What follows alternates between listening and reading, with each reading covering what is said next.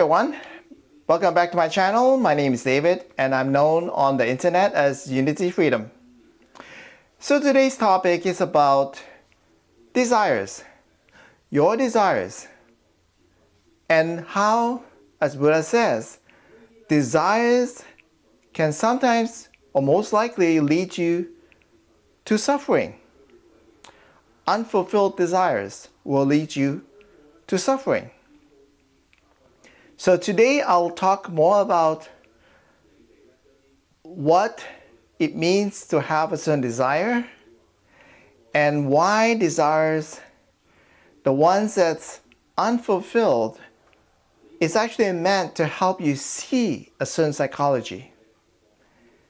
So when I come back, I'll talk more about desires and how you can see your desires and use it as a platform for your growth. Welcome back. So the Buddha said that desires can be the cause of your own suffering. But for me, I see desires, not all desires will lead you into a state of suffering. For example, if I have a desire to go to McDonald's to eat a hamburger, I have that desire. But for some reason, somebody told me that McDonald's, they serve greasy burgers, it's not healthy, it's highly processed, it's not good for you, so you shouldn't be going to McDonald's. But then I have a craving. I have a craving for salty foods like French fries, chocolate sundaes, lots of sugar, and also the juicy burger.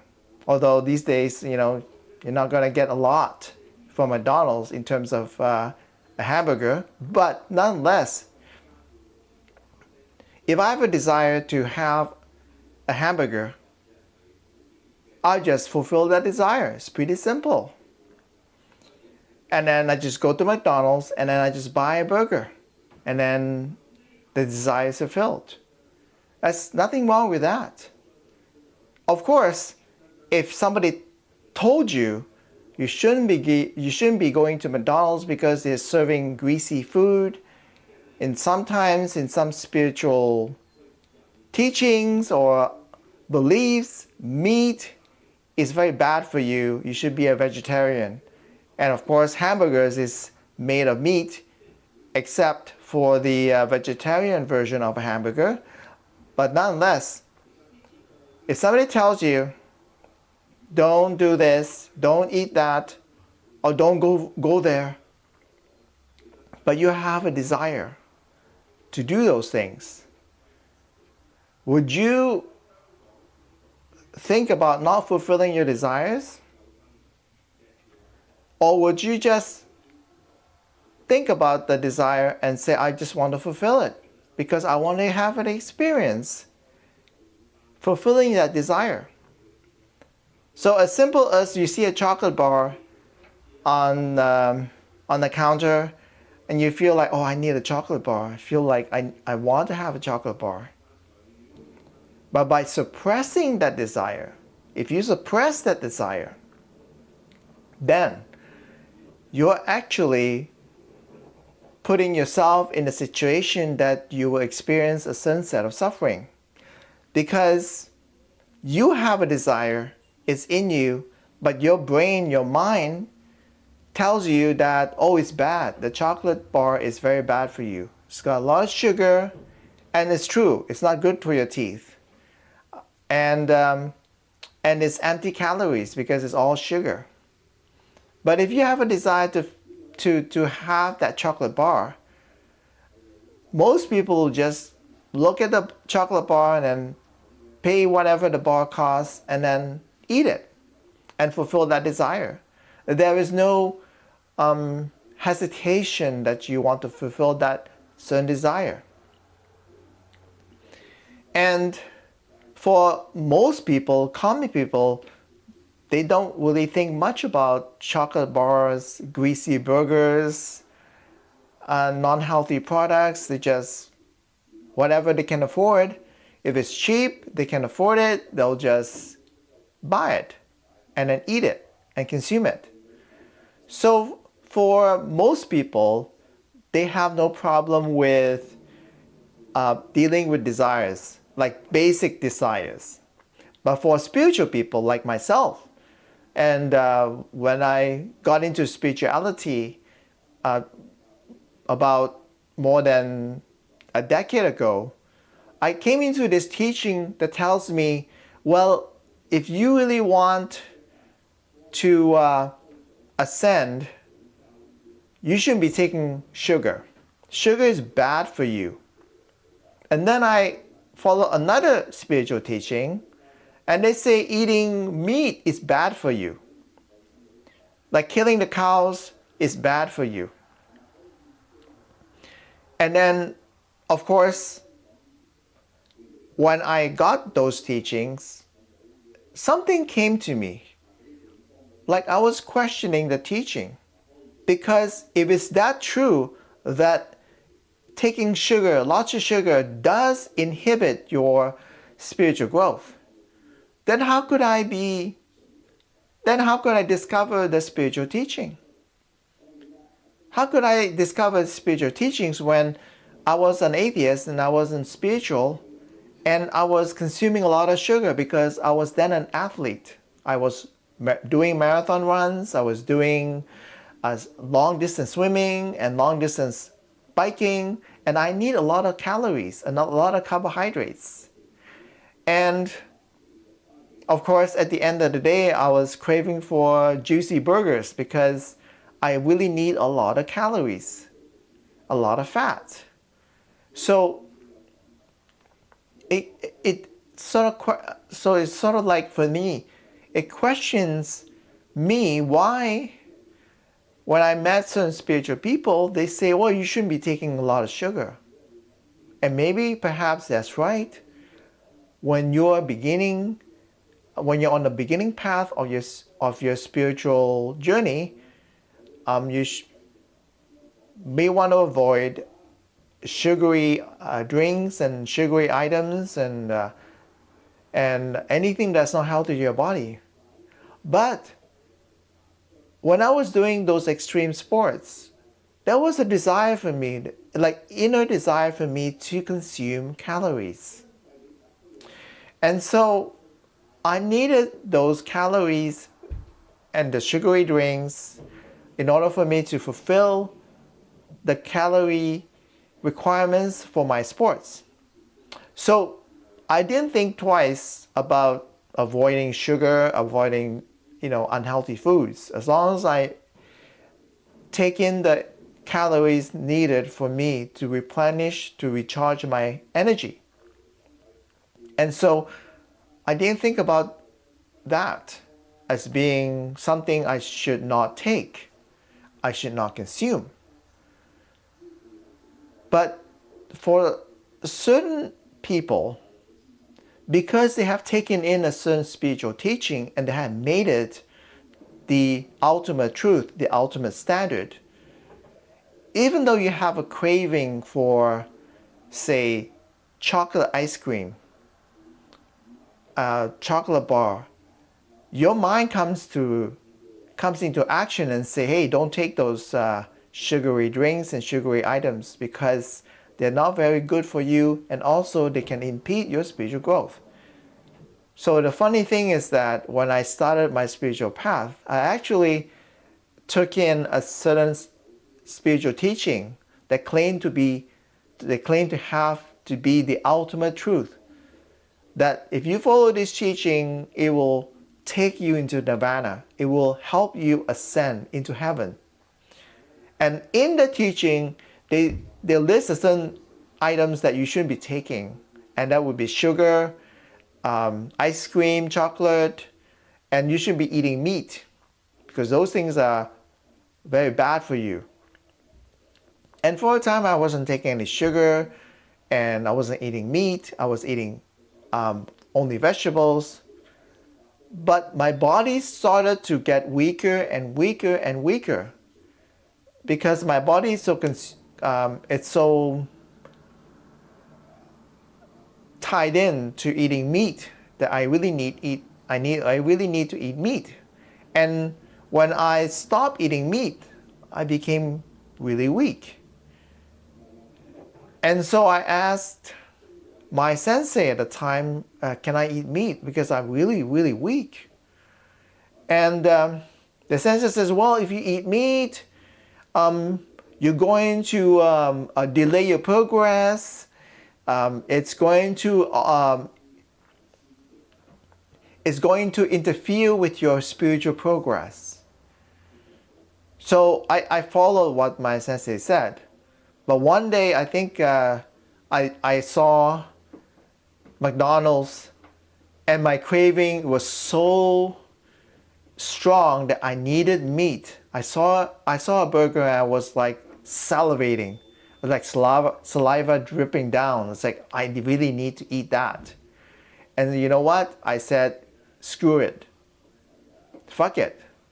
I just went into McDonald's and bought a burger and ate it. And it was the best burger I had ever taken.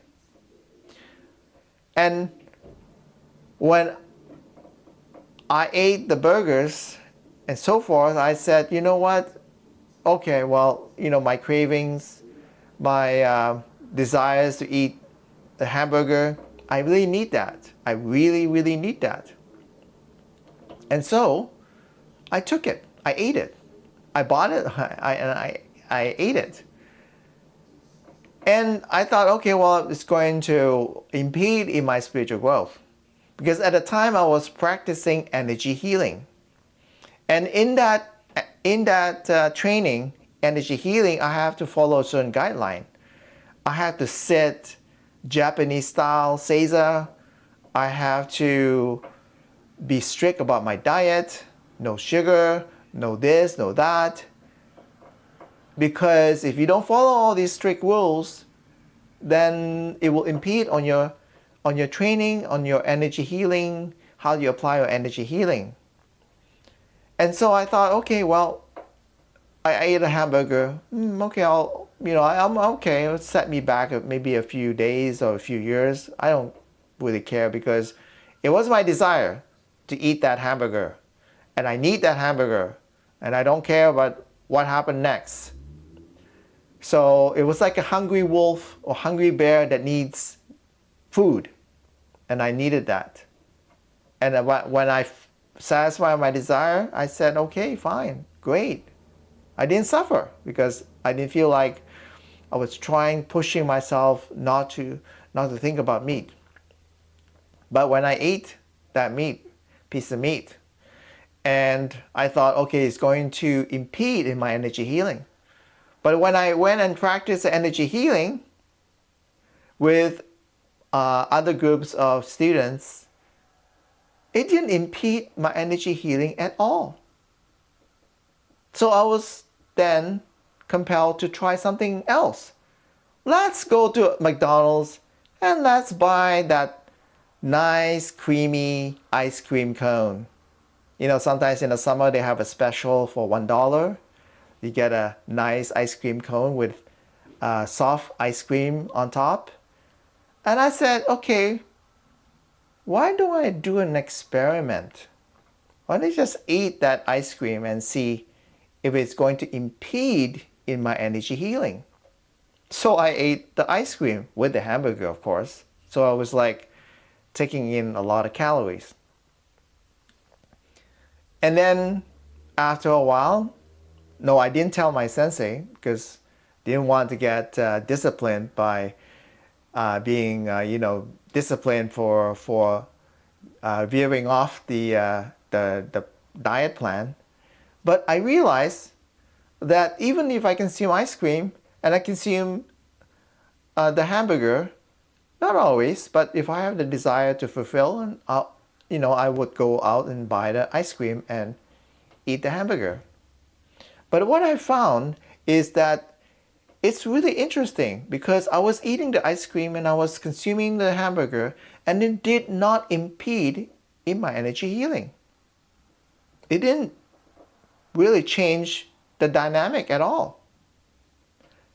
Because I was experimenting with the food, and because I remember before I started this spiritual journey, when I was an atheist, I was eating ice cream and eating hamburgers. But because somebody told me that if you want to raise your level of consciousness, or you want to speed up your spiritual growth, you should be following a certain guideline. And when you follow a guideline, follow this a rule-based path, you will enter nirvana. But I never believed in that. And sure enough, one day when I was doing energy healing on someone, and I was able to heal, well, relieve the symptoms of the person, because she's got a tight shoulder, and I managed to release the shoulder.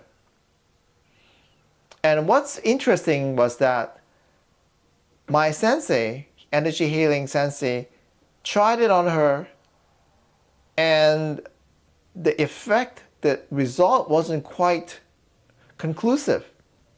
But when I tried it on her, it became conclusive. And she noticed that it was much stronger. The energy flow is much stronger than my sensei. And of course, the other students were asking my sensei, why is it that David could do this and you have an issue or struggle doing the healing on the student? And of course, the sensei says, well, David, is quite unique. It only took him 6 months to do this, to master this, while it took me 18 years to master this. Remember, in 18 years, he was on a diet, no sugar, no meat, and so forth. While I lied, like I cheated. I went back to my usual diet with hamburgers, meat, and sugar. So it got me thinking, because why is it that there's a difference? Why is it that I didn't follow the rules and then I'm okay? I didn't have any issues with energy flowing through me from above. Like the universe, the energy, the light flows through me from above down below. So it's not about outer conditions that restrict the flow. It is something else. And that something else is your psychology. Because often when people have a certain desire, those desires are meant to challenge your psychology. Now, what do you mean by this? Challenge your psychology. For example, you may have a desire to have sex, or a desire to make lots of money. But in a past life, that was me actually. In a past life, when I was a Buddhist monk, I was restraining the desire to have sex. Because as a good Buddhist monk, you shouldn't be having sex. You shouldn't make lots of money.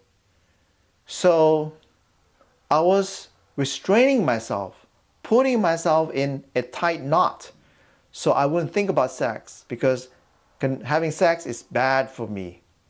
Making lots of money is bad for me.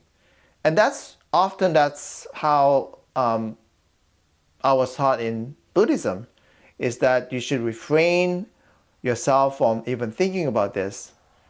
And when I had that desire to have sex with some women, and have desire to make lots of money in this lifetime, I actually fulfilled both. But it wasn't the desire that caused me the suffering. It was the desire that I went through that allowed me to see what caused me the suffering that I didn't want to overcome in a past life. And like, before I came here, I had certain lessons that I could not overcome from a past life. No matter what I do, I could not overcome. And one of the lessons is that I look at a certain teaching and I see it as the ultimate truth.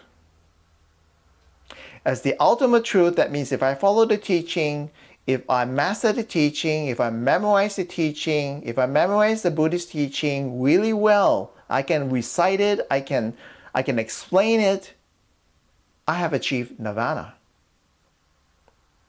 Because if I'm intellectually sharp in deciphering or in explaining the Buddhist teachings, I am the master. Also, I thought.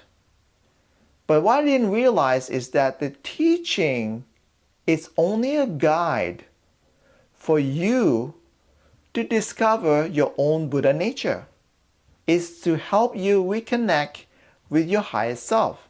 It isn't meant to be the ultimate truth, because no teaching can be.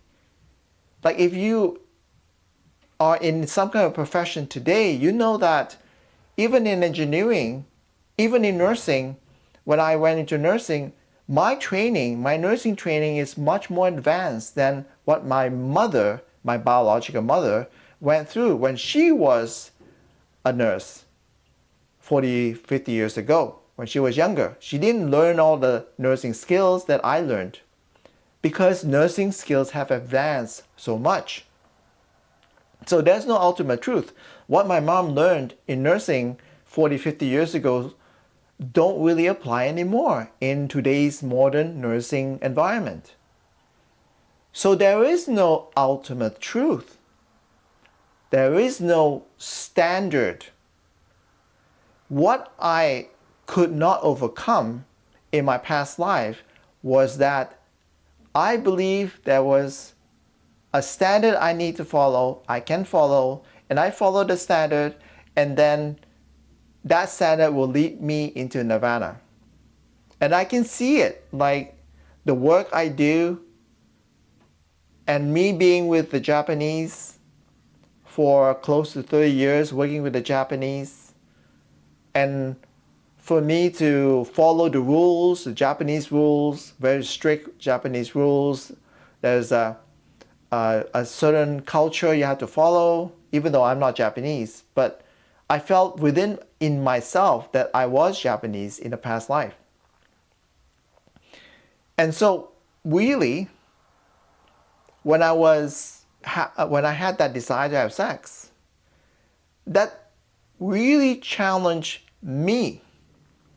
If I didn't have sex with prostitutes, that means I would have followed the rules set out by me that I learned from my culture.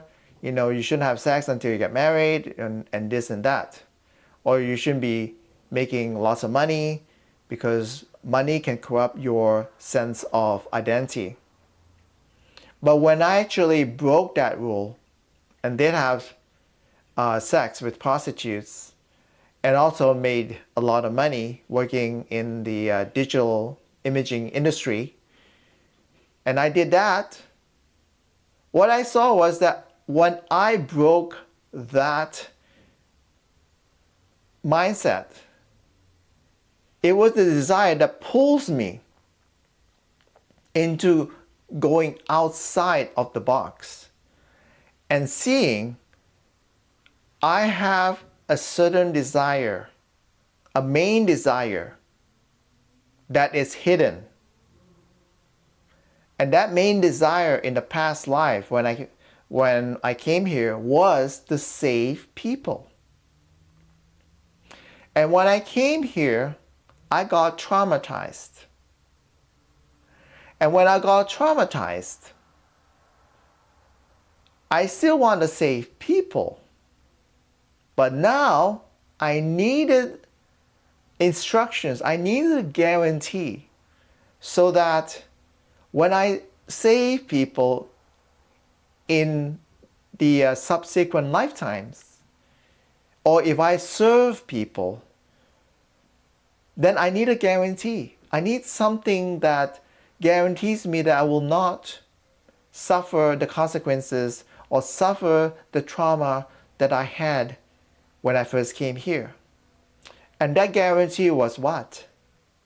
Some kind of teaching, some kind of direction, some kind of revelation that if I follow the teachings and follow it really well and master it, I could have the cake and eat it too.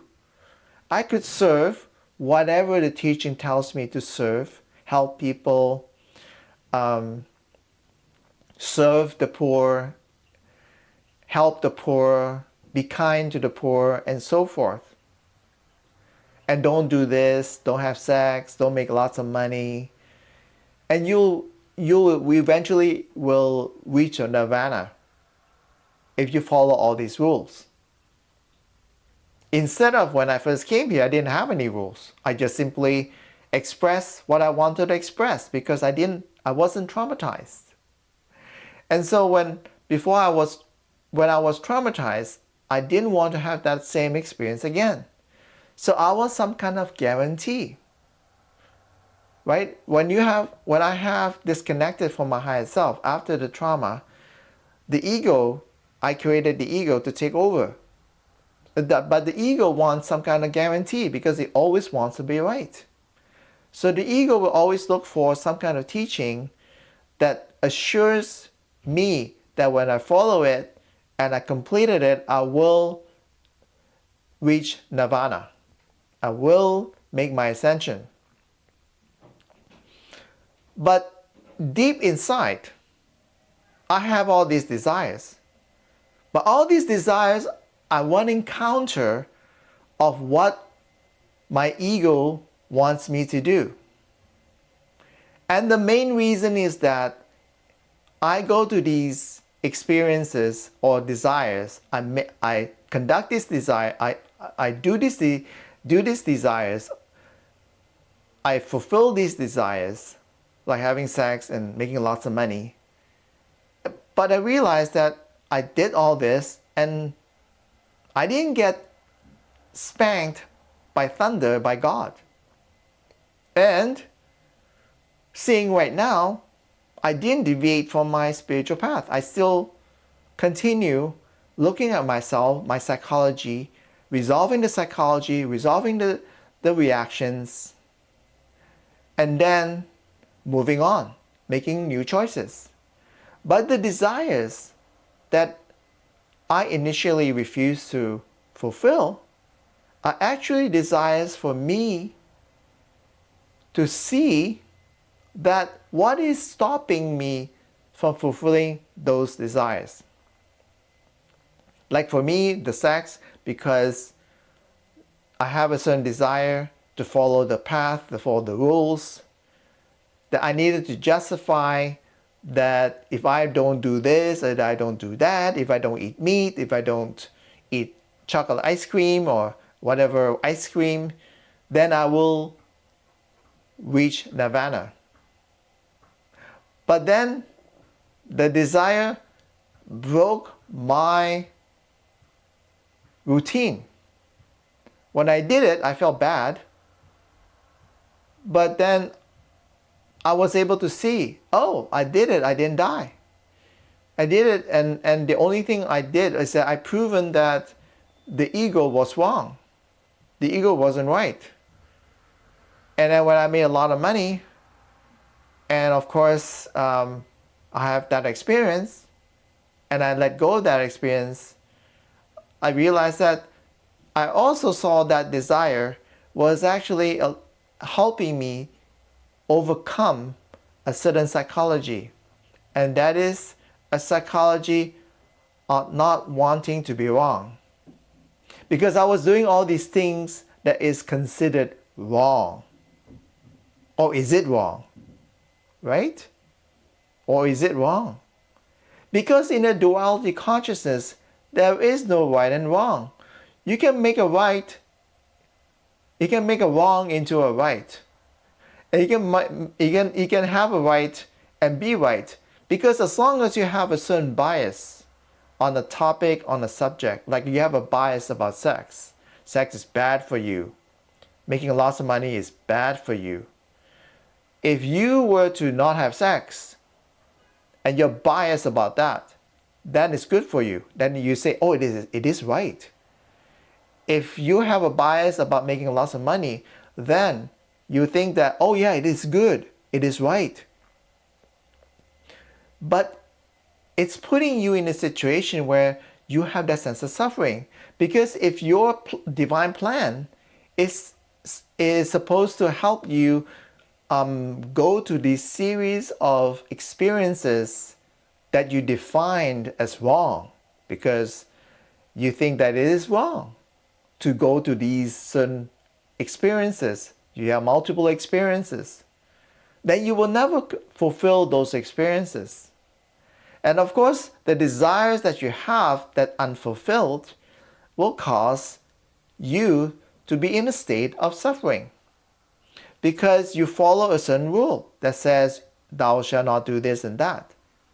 And yes, in the old days, the Ten Commandments, thou shalt not do this and do that. That is good for a beginner spiritual student, so that you build a good foundation, and then once you have enough good foundation, you would then break the rules and experiment with the consequences when you break the rules. But for the more mature spiritual student like us, we're meant to go into these desires not as a being bad or good, but these desires are there for you to experience the outcome.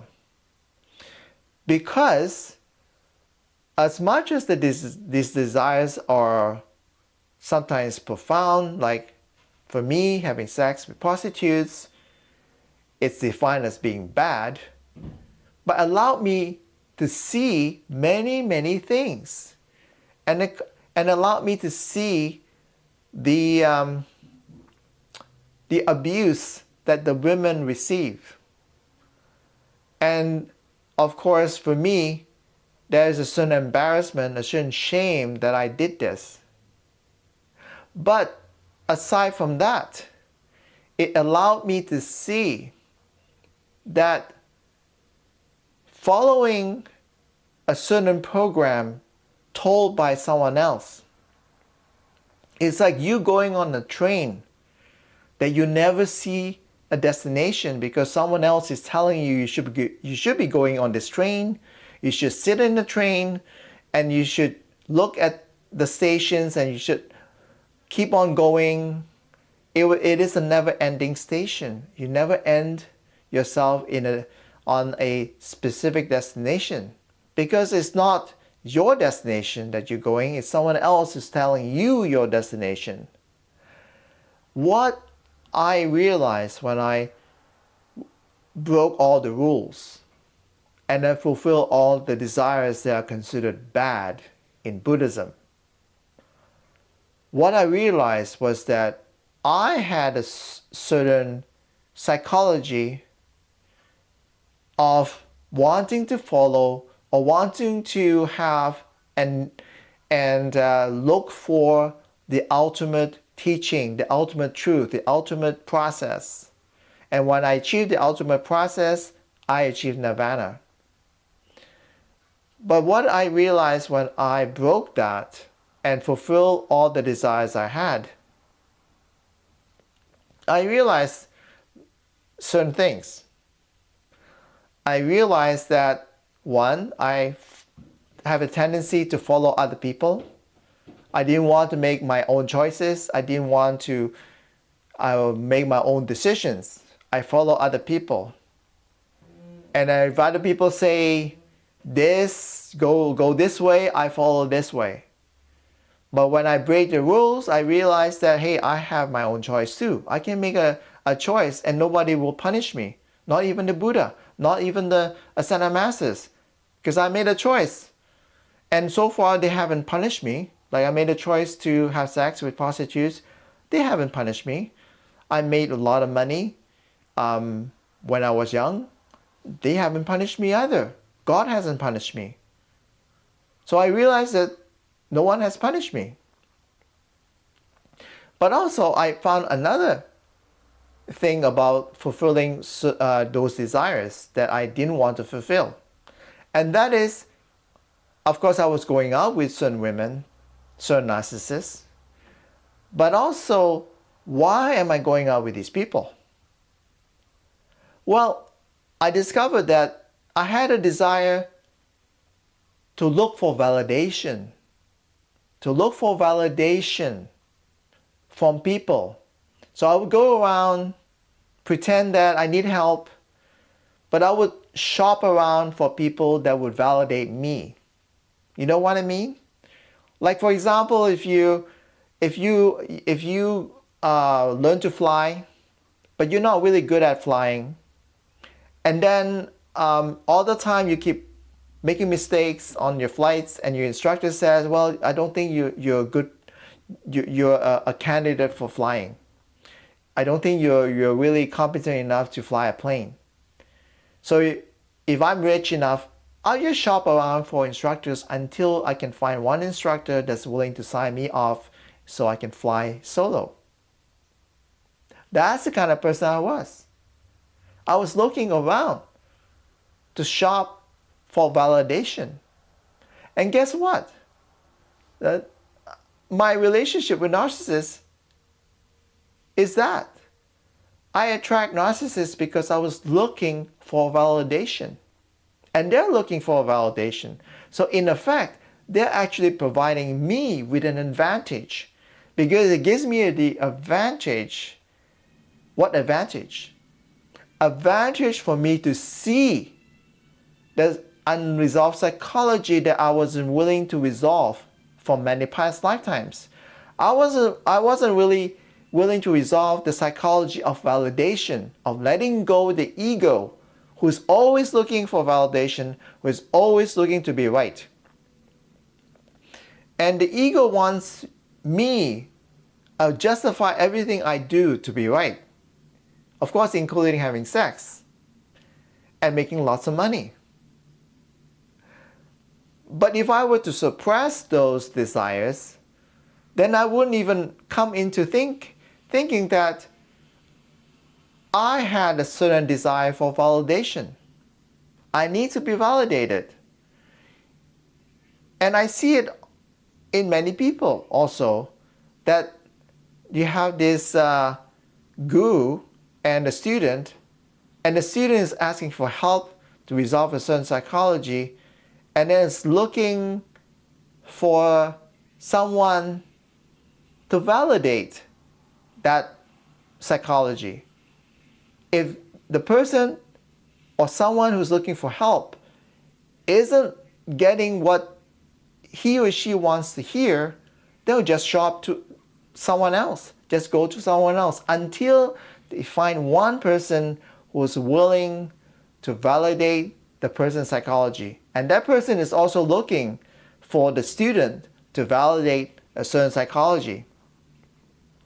So don't you see that there's a certain desire for validation? But what is that desire for validation is about? Truly, for many spiritual people. To me, I saw that I was looking for validation to validate my purpose coming here. The purpose for me coming here to save Earth. I was part of the rescue mission. But my job is done. But I was still looking for a sense of validation. Hey, I came here. Where's the validation of a good job? oh, David, you did a good job. You did save Earth. Earth no longer is falling. Earth is rising. It's on an upward spiral. But I was looking for the validation. I needed someone to say, David, you did a good job. You did a great job. I was looking for that. But I didn't have to look. Right? If I am to remove my primary mission is to come here to help people, to serve people, and to stop Earth from going downwards.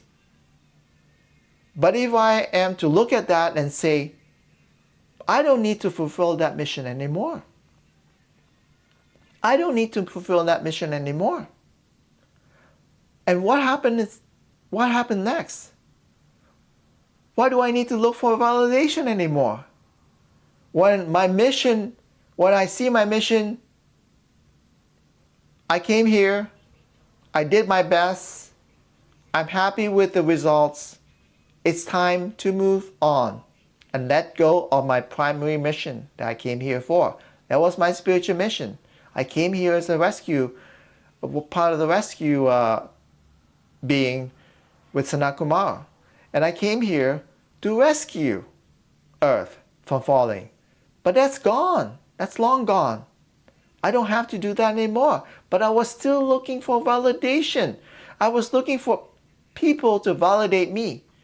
And I didn't realize that I had to go through all these desires in order to see that I was really looking for validation. Like having sex with prostitutes. I was just looking for validation that, oh, I'm a great person. The feeling of having sex, thinking that I can connect to my higher self. Of course, it's a catalyst for me to eventually connect to my higher self, because I see that having lots of sex with prostitutes didn't satisfy me as much as my connection and the flow from my I am presence, from my higher self. And also making lots of money is also non-satisfying compared to the flow I receive, the unconditional love I receive from my higher self right now. But I needed the contrast. I needed to see that all this time I was looking for outer validation. And if I'm not getting it, I feel embarrassed because, hey, I'm not getting the outer validation. I'm looking for outer validation. In my mind, I was just looking for outer validations. So what happens? You attract the conditions to you to validate what you want to be in condition-wise. If you want to be in a state of suffering, then you will attract many things that will validate you that you are in a state of suffering. Because what? You're looking for outer validation. You're looking for outer validation. But the main cause, the main purpose of your outer validation, you're looking for outer validation, is first because of the trauma you receive from a past life, the birth trauma. So now you're looking for outer validations so that you don't have to experience the trauma again. But you still have to go through my experience of going through those traumatic events. Like I had to go through all these events in nursing in order for me to experience the trauma and overcome the trauma again and be able to see that all of this that I was attracting for is to validate a certain psychology that I have to save Earth, service the people. Because, service, like doing service, like for me at the time, I thought, oh yeah, doing service is that to help people, to save people, to change people's psychology so they don't suffer.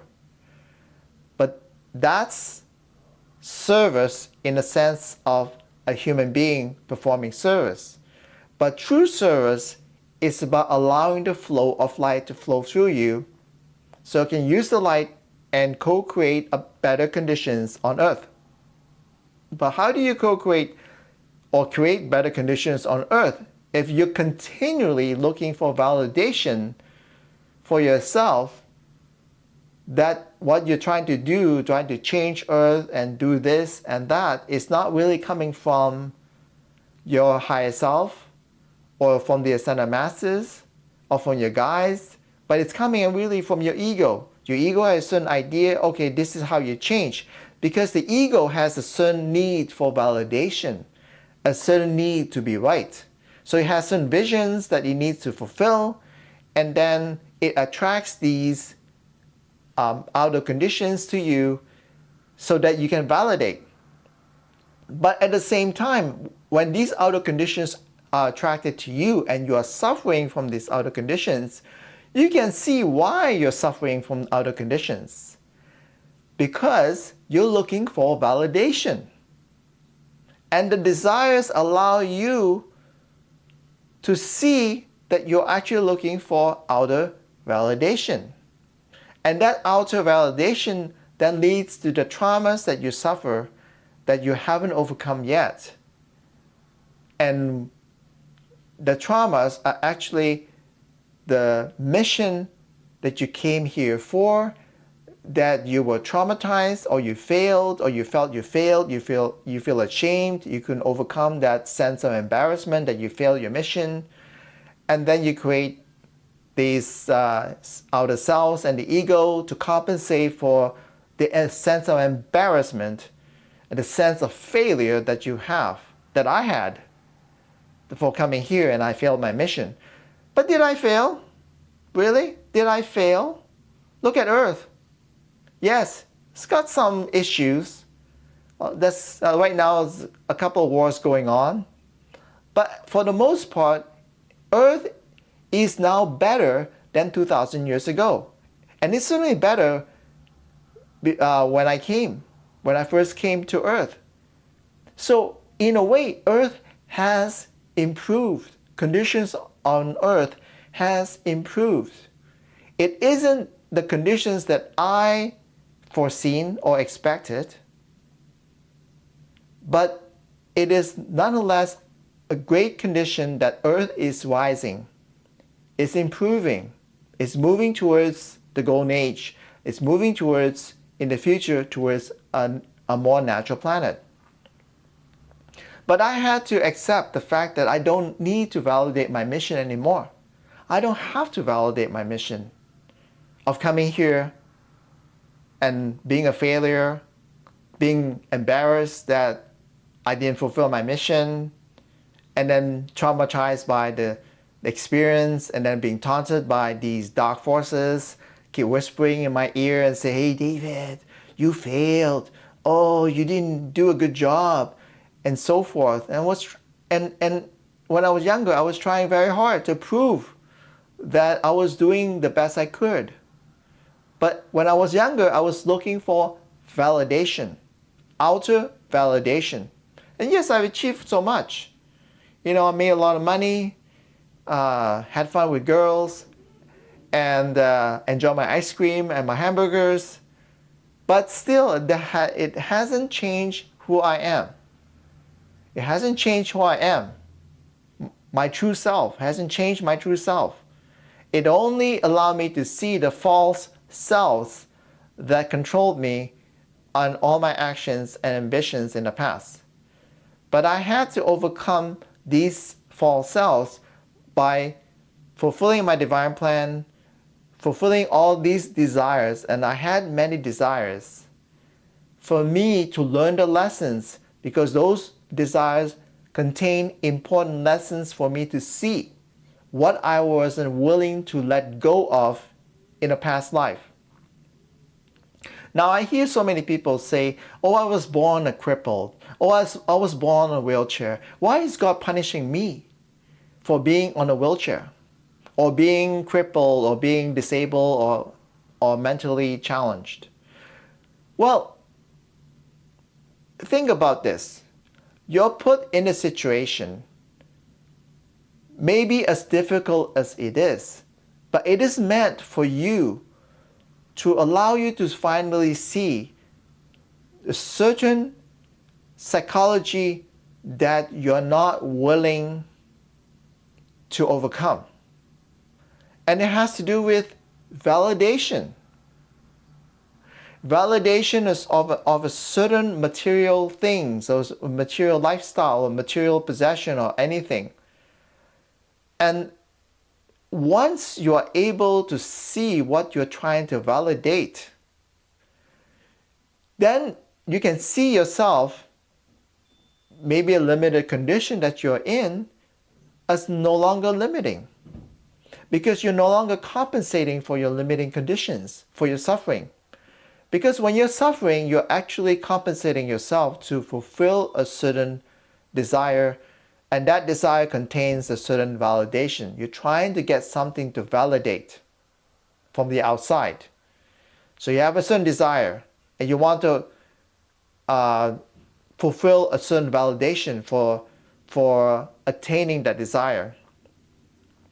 But you're not going to get it, because it isn't meant for you to receive that validation. It is meant for you to challenge that the desire going into,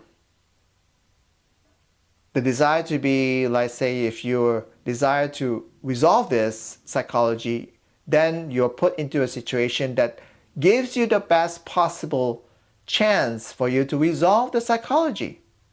You could be poor, you could be in a situation where that you're just down in luck, you're struggling financially, you can't move anywhere, you're limited in your mobility. But you think about this, is that the spiritual desire is to put you there in a situation where you can actually see what is the sort of validation that you're looking to validate.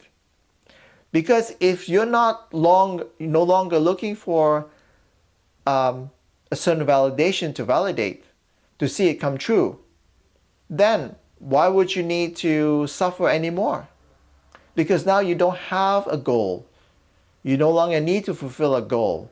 It's all like you reach a destination and you realize that you're on the train to nowhere, and then you realize, oh, hold on a second. That's not my destination I'm going. Where's the destination?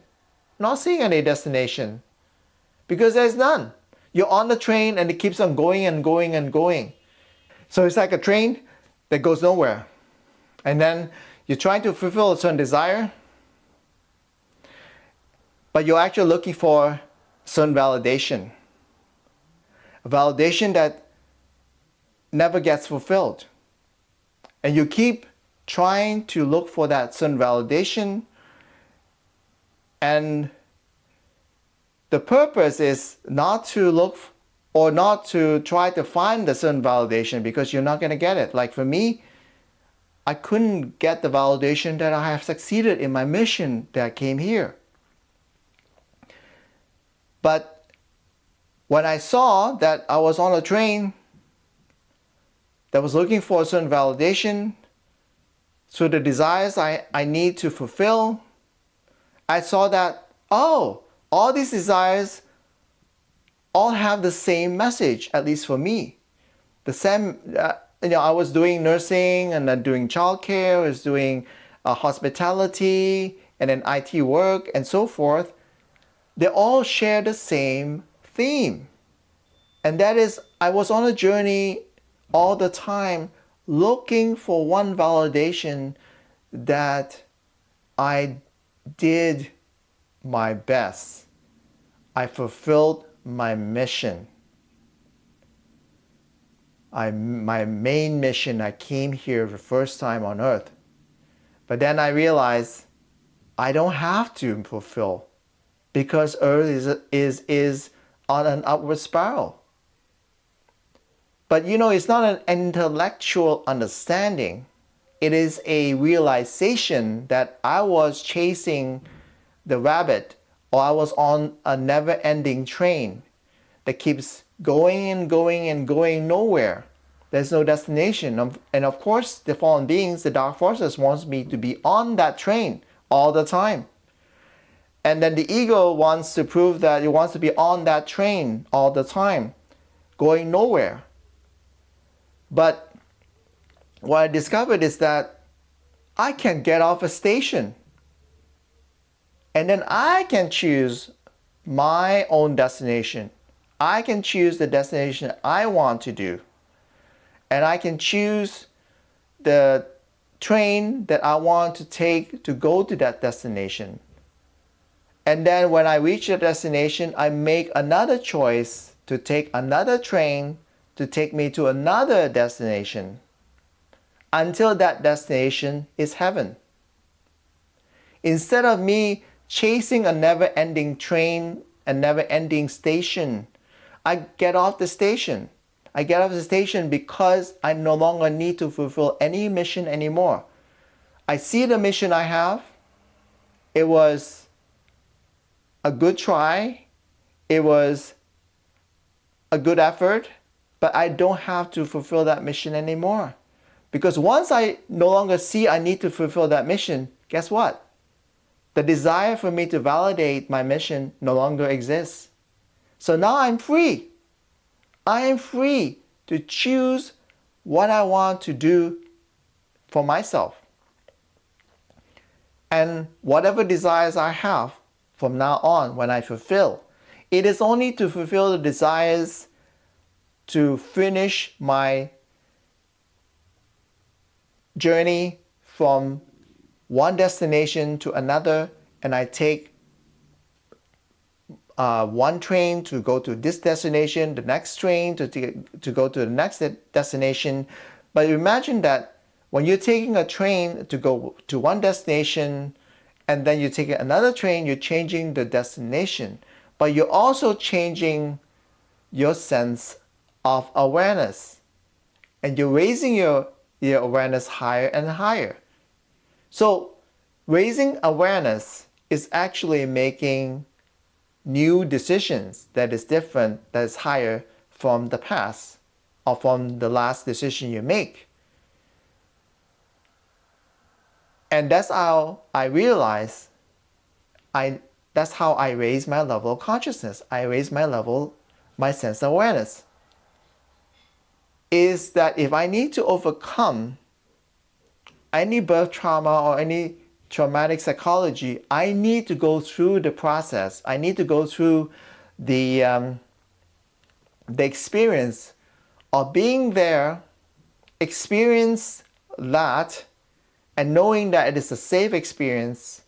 You can do that and experience that either in the safety of the Ascended Masters, or you can be in a situation where you know that it will help you see what you need to see. Because one of the most difficult things to overcome any traumas is the ego. Because the ego is extremely clever, what I found, to justify and to explain to you, or to put you in a situation where you're chasing one destination to another, but really you're not moving. You're on a never-ending train. There is no goal. You keep looping around, looping around, looping around. Even though you think that you're actually progressing, but you're actually looping around, looping around, looping around. And if you notice that you're looping around, looping around, looping around, and you're not making any headways, you know that you're still influenced by the ego.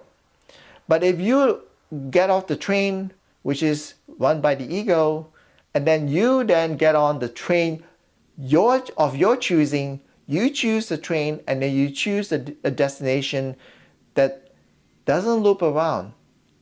Every single destination is different. And every single destination allows you to evaluate your experience and then allow you to make a new decision, so you can go to a new train and you can go to a new destination. It's completely different from the last. And you can't do that if you have a sense of fear or trauma that you haven't resolved, because you don't want to go to a new destination because you don't know what it is. Now, if the destination is recurring, is repeating, and you're shopping around for people to validate you, your psychology, your response, then you will continually see yourself looping around. But if you see that you're actually looking for validation, outer validation, from people, from events, from teachings, and you can see that, you can stop it. You can see that you don't need to fulfill whatever mission that you feel you still need. Because in your programming, you still have this sense of mission that you first came here that you still need to fulfill.